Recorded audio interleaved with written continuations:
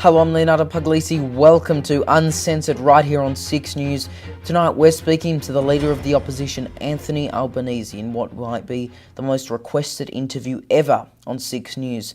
The Labor leader spoke about his party's vision for the future, how they can potentially win the election, and allegations that Labor is simply Liberal light when it comes to their policies.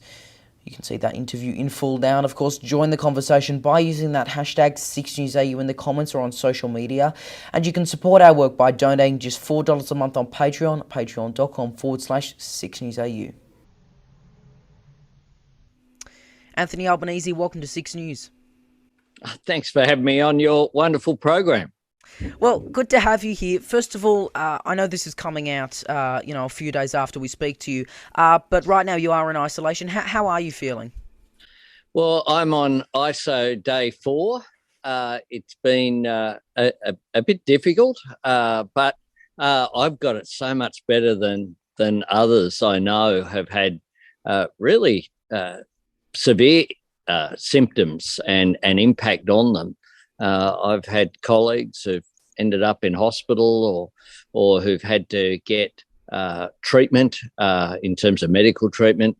I'm going okay so far. So, but it's not a pleasant experience, I've got to say that, and certainly not one I was anticipating having in the middle of an election campaign. But we live in interesting times in 2022, so I hopefully will be out of here this Friday. Mr. Albanese, it's Roman McKinnon here, federal political reporter. You said at the start of the campaign that you're not Scott Morrison and don't run away from press conferences. Yet days later, you walked out of a press conference, just 8 minutes in, while journalists continued to ask you questions. Did you break your promise? Not at all. I never said I'd answer every question forever. That day I'd done a major speech, and indeed we weren't scheduled to hold a press conference. I held a press conference after the major speech. Often when you give a big speech, that's what you want to get the run. And we had an important speech at the Nurses Federation in Melbourne. And the nurses, I was the first leader of any political party to address a nurses federation, Nurses and Midwives Federation national conference after I became Labor leader. And it was an opportunity for us to talk about our plan for aged care, our plan to strengthen Medicare. And that was what the emphasis was on. But I have held a press conference every day of the campaign, except for once I went down from COVID. So that's something that the Prime Minister hasn't done. All right. I just want to get on to another issue. While it's kind of appropriate because we're talking about media here, you recently did confirm to The Australian that you wouldn't be establishing any further inquiries into News Corp or other media outlets. There were 500,000 odd people who signed former PM Kevin Rudd's petition calling for a Murdoch Royal Commission back in 2020 and 2021, many of whom are Labor supporters and, for the most part, strong supporters of you. Can you explain to, not me, but can you explain to them why you're not backing further inquiries into News Corp? Look, that's a good question. There was, of course, a Senate inquiry into media ownership. And the fact is, though, that whilst there is a concentration of media ownership in particularly some of our states more so than others in terms of print media, one of the things that's happened with media is that outlets such as your own that I'm speaking to here as an opportunity to speak with people directly. I'm of the view that where you have bias in the media, you should call it out. And some of the media does run a biased line. I don't expect as a Labor leader to get a fair go from some of the outlets which are there. I think people factor that in. If you look at the front pages of the newspapers. We had a debate, for example, last week with Scott Morrison. It was recognised by the audience and by the commentators there at Sky News that I won that debate. I don't think it was reflected by the tabloid headlines the next day. That's a matter for them. But I think people do factor that in. And it just seemed to me that it wasn't clear, and still isn't clear, what an inquiry would be able to find other than things that we know already. You said there that some media run a biased line. Which media specifically are you talking about? Oh, look, I think people will make their own judgment there.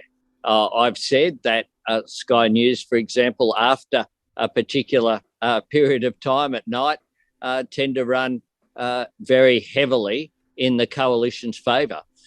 If you compare that during the day, when they have really good journalists, Laura Jays and Kieran Gilbert and Andrew Clennell and Peter Stefanovic and others are serious journalists and they're taken seriously, whereas at night it tends to be commentary dressed up as sometimes as news. And I think people factor that in. Yeah, now I just want to get down to the basics of Labor and what Labor is. Traditionally, I guess it's been known that the coalition is centre-right and Labor's been, labelled centre-left. Do you agree with that labelling of Labor, and if so, why is Labor centre-left?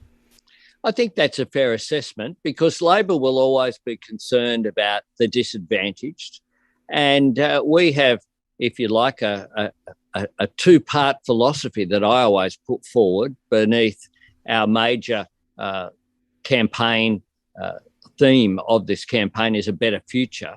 But beneath that, I say no one left behind and no one held back. No one left behind because we should never leave people behind, whether they're people who are disadvantaged because of they haven't had the opportunities in life. We should aim to lift people up. We shouldn't just leave people behind. But no one held back because Labor is also the party of opportunity. We're the party that believe that everyone should get the best opportunity in life. And one of the keys to that, of course, is education. And it's one of the reasons why at this campaign we're running on early learning, cheaper childcare, making sure that we recognise the valuable contribution that childcare and early learning can make, but also right through school funding through to additional university places where we've said there'll be 20,000 additional university places, 465,000 fee-free TAFE places. That is the key to lifting people up. But we also know that people are really struggling at the moment. And so we have a range of policies to address cost of living as well. But then what separates you to the Liberals in terms of real policies? You said you're not ditching offshore processing. You support boat turnbacks. You talk about the disadvantaged and people being left behind, although you're not committing to an increase in job seeker payments if elected, and would essentially abandon a previous plan to review the rate of unemployment benefits. Those are key issues for many voters on the left especially, and some of them are saying that you've lost their first, maybe second, and even they want to put you last in terms of preferences. Can you understand why some people might label you Liberal light? Not at all. If you look at the agenda we're putting forward at this election, we're putting forward a plan to strengthen Medicare. We've got a plan for cheaper childcare. We have a plan to deal with the challenge of climate change, a comprehensive plan, the most comprehensive plan ever put forward at an election campaign, one that will see our energy grid on the national energy market be 82% renewables by 2030. It'll create 604,000 new jobs on the way through. One that will support the take-up of electric vehicles and new technology. One that will reduce our emissions by 43% by 2030. And we've got a serious plan to get to net zero by 2050 and to join the global effort. That compares with our opponents who don't have a plan to deal with climate change, have had 22 different energy announcements and haven't landed one. Now, when it comes to payments, be very clear about this. This is just a beat up, essentially, by the media. What I've said is that each and every budget, all of our payment systems should be subject to review. That's what we do, not a one-off.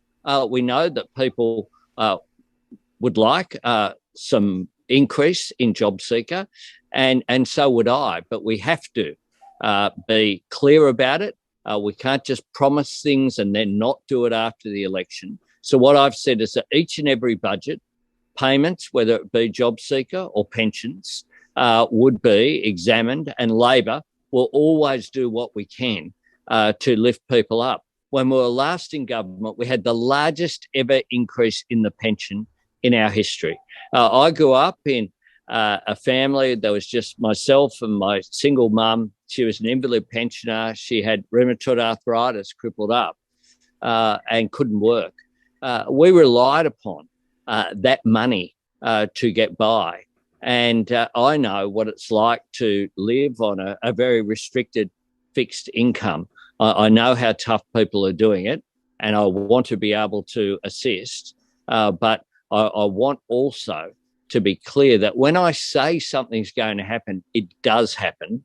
And we know that we've got $1 trillion of debt we will inherit from this government that has been incredibly wasteful, has had doubled the debt before the pandemic, and then hasn't been able to have a position whereby there's any legacy from all of that debt.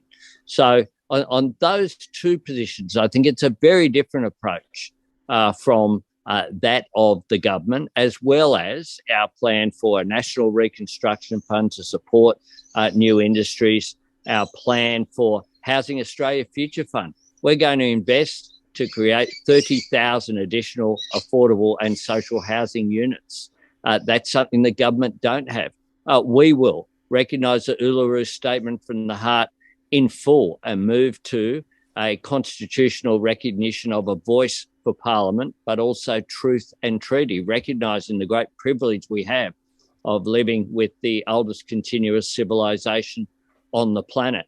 On all of these areas, there is a vast gulf between us and the coalition that have been in office for a decade, asking for a second decade in office without any plans for the future, struggling with the present, and they haven't learnt from their mistakes of the past.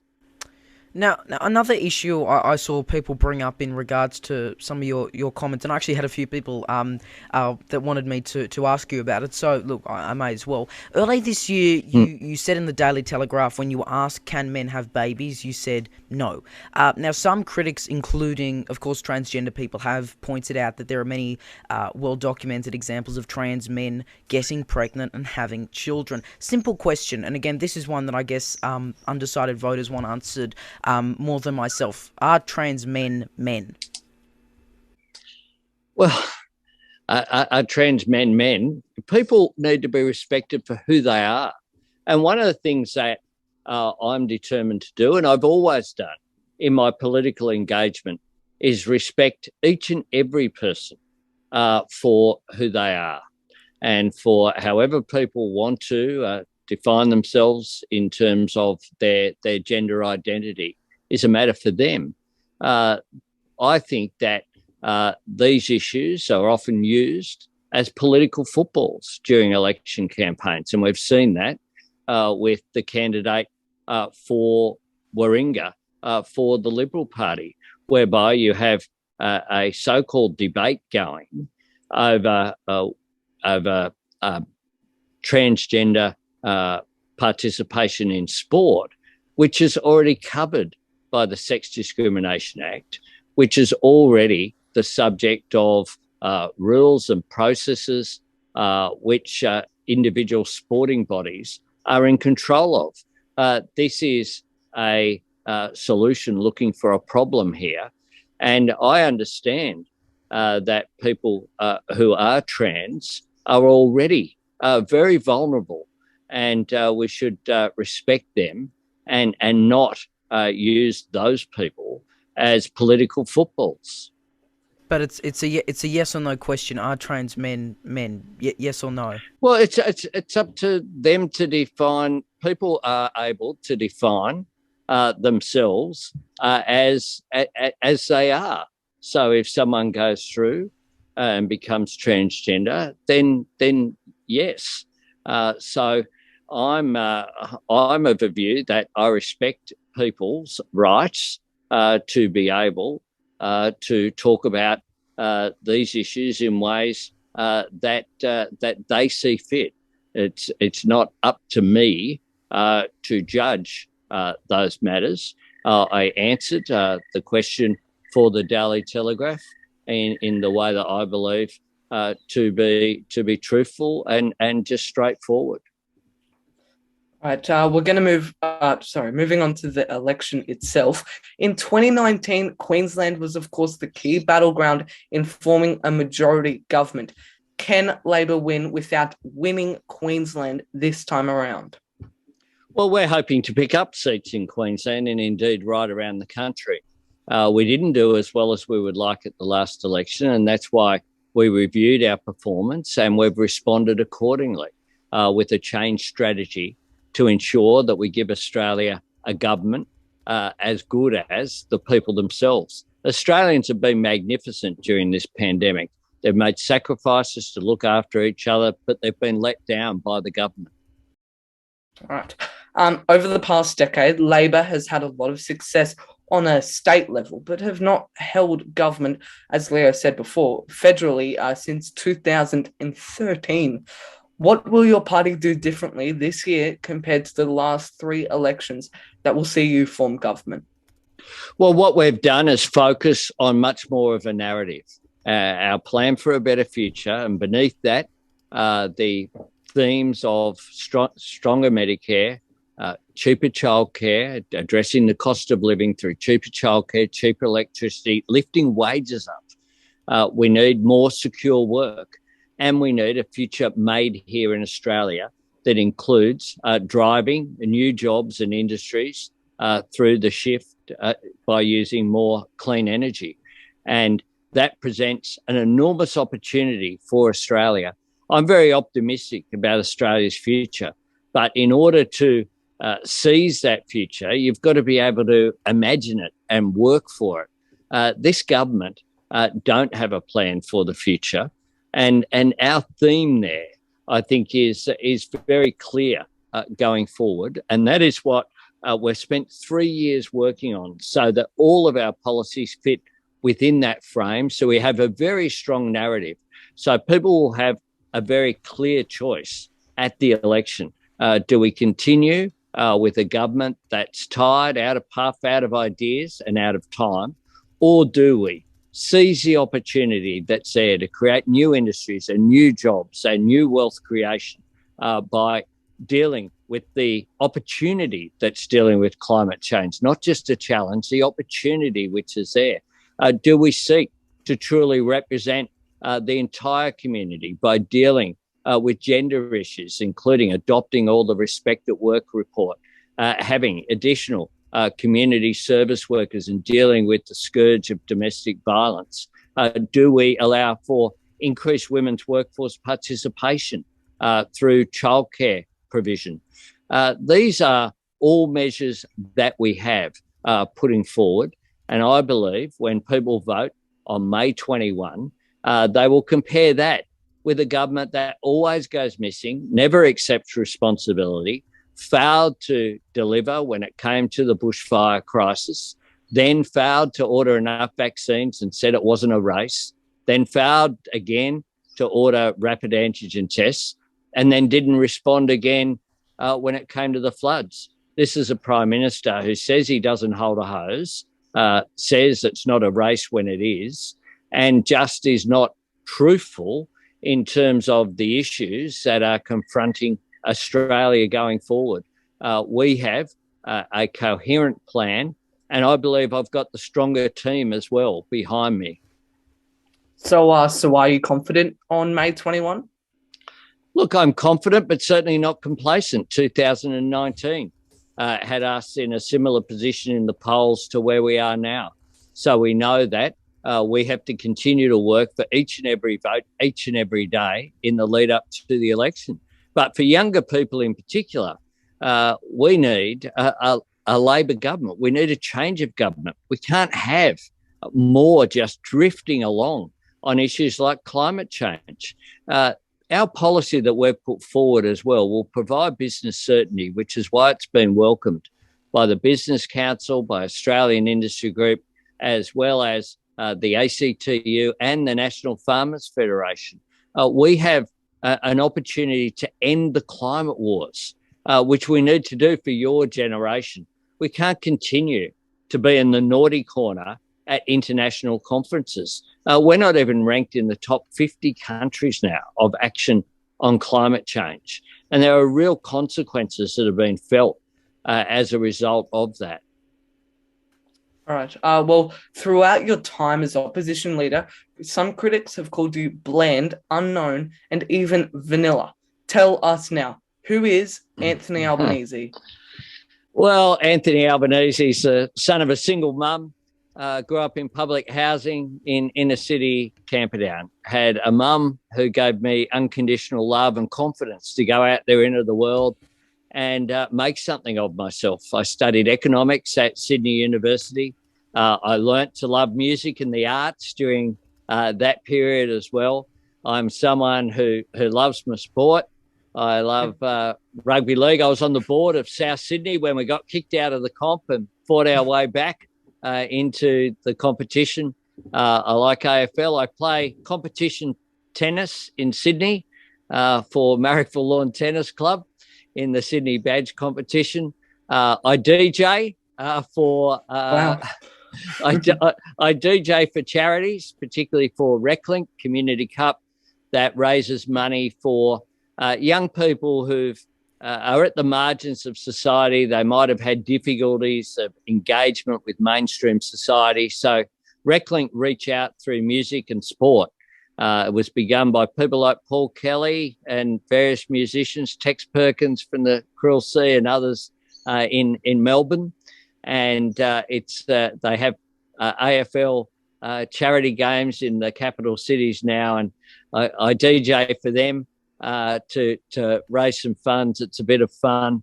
I love music, but I'm passionate about politics.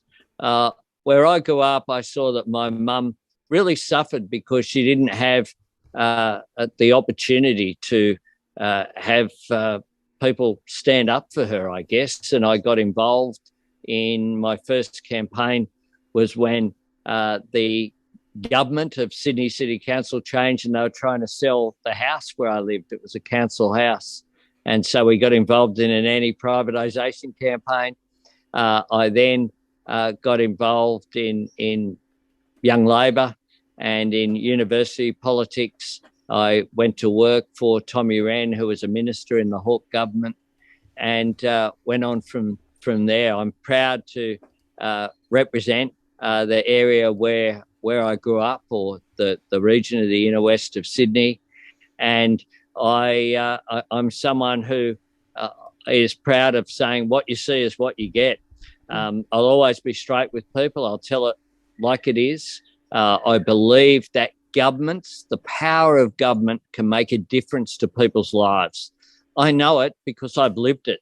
That's my experience in life, is that having that secure roof over my head, having the income as meagre as it was of my mum's pension to get by, but also that sense of community that helped with me at that time, really instilled in me that sense of belonging to something bigger than just being an individual. And that, when you spoke earlier on about the centre left and the centre right, I guess that's a key difference between the political parties. The government essentially believes if government just gets out of the way, then everything will be okay. I believe that government has a role because if government just gets out of the way completely, then you'll have an entrenching of privilege and an entrenching of existing power and economic relationships. And government can address that and can provide more opportunity for more people, which actually strengthens not just the individual, but strengthens the whole society as well. a few things there. Just quickly, because we're a bit just a bit short on time. I know we're at Six News. We're big on facts. We're big on the truth. We spoke to the Prime Minister about a number of falsehoods from his time so far as Prime Minister in our interview with him. If you are elected as Prime Minister, can you promise to own up to mistakes and factual inaccuracies if you make them? And would you be willing to come back on Six News? I certainly would. That would be a pleasure. And I think we've seen during the campaign, I made a mistake. I fessed up to it, said it was a mistake, didn't try to blame someone else. I think that's really important. With the high office of Prime Minister comes responsibility. And one of my concerns is that this Prime Minister never accepts responsibility, always seeks to blame someone else. And we can do much better than that. All right, we'll leave it there. Opposition Leader Anthony Albanese, thanks so much for your time and for joining us here on Six News. Oh, thanks for having me on the program on Six News, and I wish you all the best. And I commit to coming back on at semi-regular intervals. I think is a fantastic initiative, and thanks for spending the time with me today. There we go. That was Opposition Leader Anthony Albanese speaking to Roman McKinnon and I earlier. Of course, if you want to see more content, more editions of Uncensored and more unbiased independent journalism, subscribe to us right now and click all notifications so you don't miss it. You can share your thoughts on our interview and what Anthony Albanese said using that hashtag 6newsau. You can email your feedback as well to contact@6newsau.com, and you can keep us independent by donating just $4 a month on Patreon for exclusive benefits. Patreon.com/6newsau. I'm Leonardo Puglisi. Thanks for tuning in. We'll see you next time.